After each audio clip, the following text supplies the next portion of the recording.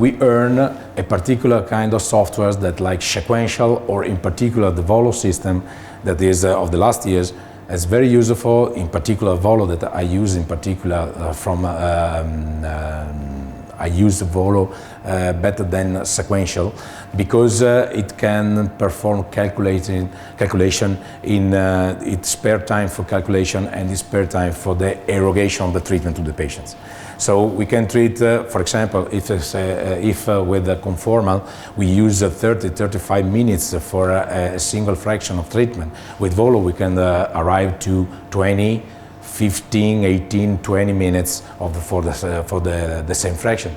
So also for the patient this is a benefit, because the patient remain on bed. This is a very important innovation for me in the treatment planning of the CyberKnife. This is in particular the evolution that I have, and then the evolution from the collimators, because the multi-leaf collimator, because at the beginning when I came here there was the possibility to use the iris collimator, because the collimator that can change the dimension of the cones.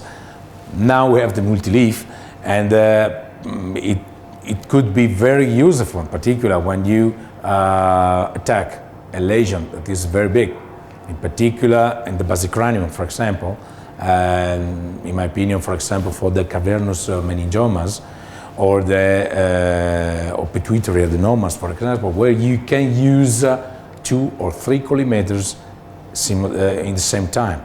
So you can perform a treatment planning with, for example, 3 collimators at the same time, and the machine can change the collimators and conform better the lesion.